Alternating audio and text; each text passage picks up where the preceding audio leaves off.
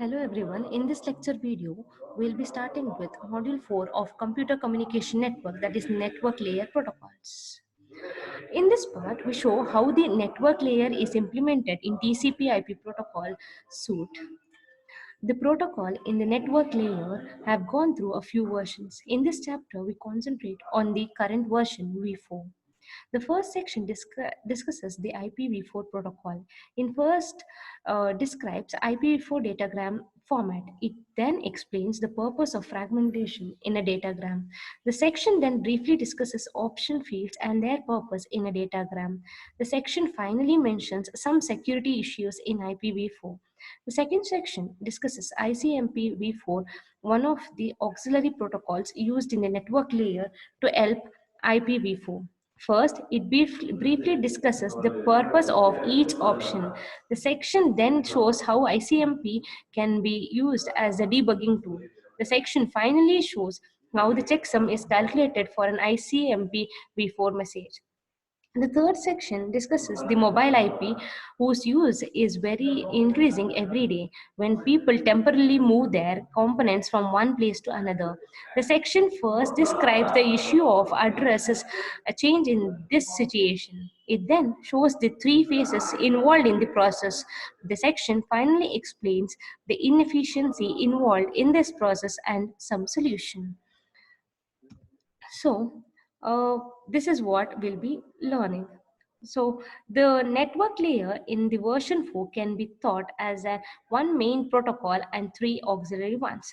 The main protocol, Internet Protocol version 4, that is IPv4, is responsible for packetizing forward and delivery of packets at the network layer. The Internet Control Message Protocol version 4, that is ICMP v4, helps IPv4 to handle some errors that may occur in the network layer delivery.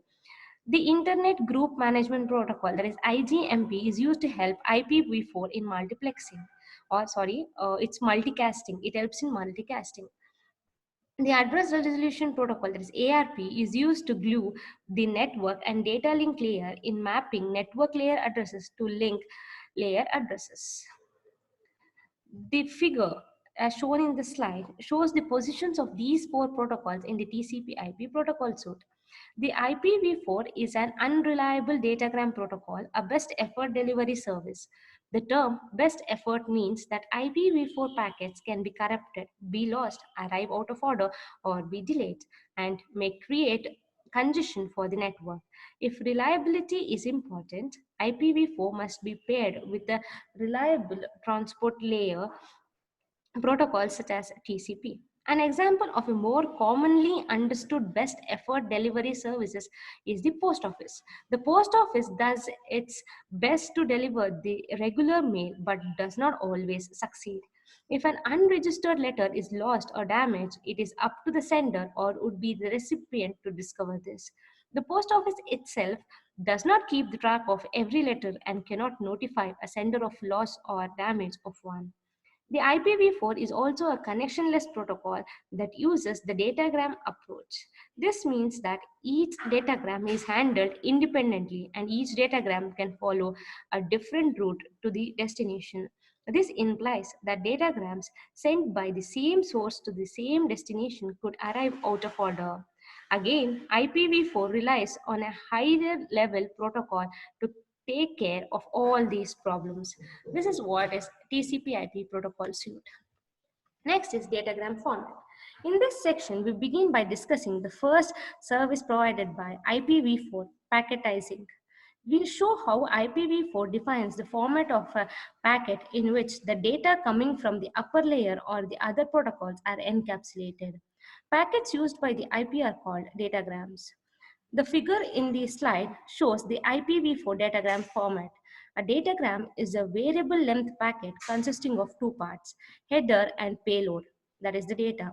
The header is 20 to 60 bytes in length and contains information essential to routing and delivery. It is customary in TCP or IP to show the header in 4-byte sections. Discussing the meaning and rationale of the exercise of each field is essential to understand the operation of IPv4. A brief description of each field is in the order. First is a version number. The bit version number, that is VER field, defines the version of the IPv4 protocol, which obviously has the value of 4. Next is the header length. The 4-bit header length field defines the total length of the datagram header in 4-byte words. The IPv4 datagram has a variable length header. When a device receives a datagram, it needs to know when the header stops and the data which is encapsulated in the packet starts. However, to make the value of the header fit in a 4-bit header length, the total length of the header is calculated as 4-byte words. Next is the service type. In this original design of the IP header, this field was referred to as the type of service, which defined how the datagram should be handled. In the late 1990s, IETF redefined the field to provide differential services. The use of 4-bit words for the length header is also logical because the IP header always needs to be aligned in 4-byte boundary. This is about the service type. Next is the total length. This 16-bit field defines the total length, that is the header plus data, of the IP datagram in bytes. A 16-bit number can define a total length up to 65,535, that is when all the bits are ones. So length of the data equal to total length minus header length into 4. Next is the identification, flags and fragmentation offset. These three fields are related to the fragmentation of the IP datagram when the size of the datagram is larger than the underlying network can carry. Next is time to leave. Due to some malfunction of the routing protocols, a datagram may be circulating in the internet, visiting some networks over and over without reaching the destination. This may create extra traffic in the internet. The time to leave, that is TTL field, is used to control the maximum number of hops, that is the routers visited by the datagram. Next is the protocol. In TCP or IP, the data section of a packet called the payload carries the whole packet from another protocol. A datagram, for example, can carry a packet belonging to any transport layer protocol such as UDP or TCP. A datagram can also carry a packet from other protocols that directly use the service of the IP, such as some routing protocols or some auxiliary protocols. The Internet Authority has given the protocol that uses the service of the IP a unique 8-bit number which is inserted in the protocol field. When the payload is encapsulated in a datagram at the source IP, the corresponding protocol number is inserted in this field. When the datagram arrives at the destination, the value of this helps to define to which protocol the payload should be delivered. This is about the protocol. Next is the header checksum. IP is not a reliable protocol. It does not check whether the payload carried by a datagram is corrupted during the transmission. IP puts the burden of the error checking of the payload on the protocol that owns the payload, such as UDP or TCP. The datagram header, however, is added by IP and its error checking is the responsibility of IP. Errors in the IP header can be a disaster. This is about the header checksum. Next is the source and destination addresses. These 32-bit source and destination address fields define the IP address of the source and destination respectively.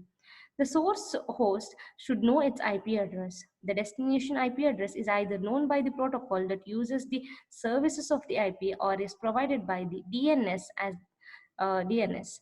Note that the value of these fields must remain unchanged during the time of IP datagram travels from the source host to the destination host. Next is the options. A datagram header can have up to 40 bytes of options. Options can be used for network testing and debugging. Although options are not a required part of the IP header, option processing is required of, of the IP software. This means that all implementations can be able to handle options if they are present in the header. The next and last one is payload. Payload or data is the main reason for creating a datagram. Payload is the packet coming from other protocols that use the service of IP. Comparing a datagram to a postal package, payload is the content of the package. The header is only the information written on the package. This is about the datagram format. Next is the This also comes in datagram format, that is multiplexing and demultiplexing. This header checks some source, destination errors, options, and payload I've explained in the previous slides. Next is the fragmentation. What do you mean by fragmentation? A datagram can travel through different networks. Each router decapsulates the IP datagram from the frame it receives, processes it, and then encapsulates it in another frame. The format and the size of the received frame depend on the protocol used by the physical network through which the frame has just traveled. The format and the size of the sent frame depend on the protocol used by the physical network through which the frame is going to travel. So to understand this, we need to learn about maximum transfer unit, that is MTU. Each link layer protocol has its own frame format. One of the features of each frame is the maximum size of the payload that can be encapsulated. In other words, when a datagram is encapsulated in a frame, the total size of the datagram must be less than this maximum size, which is defined by the restrictions imposed by the hardware and software used in the network as shown in the figure. The value of the MTU differs from one physical network protocol to another. In order to make IP protocol independent of the physical network, the designer decided to make the maximum length of the IP datagram equal to 65,535 bytes. This makes transmission more efficient if one day we use a link layer protocol with an MTU of this size. However, for the other physical networks, we must divide the datagram to make it possible for it to pass through this network. This is called as fragmentation. Next is an example for fragmentation. So, this figure shows a datagram with a data size of 4000 bytes fragmented into three fragments. The byte in the original datagram are numbered 0 to 3999. The first data fragment carries bytes 0 to 1399. The offset for this datagram is 0/8 equal to 0. The second fragment carries bytes 1400 to 2799. The offset value for this fragment is 1400 by 8 equal to 175. Finally, the third fragment carries bytes 2800 to 3999. The offset value for this fragment is 2800 by 8, that is will be equal to 350. Remember that the value of the offset is measured in units of 8 bytes. This is done because the length of the offset field is only 13 bits long and cannot represent a sequence of bytes greater than 8191. This forces host of the routers that fragment datagram to choose the size of each fragment so that the first byte number is divisible by 8. This is an example for fragmentation. The further of the network layers we'll be studying in next videos.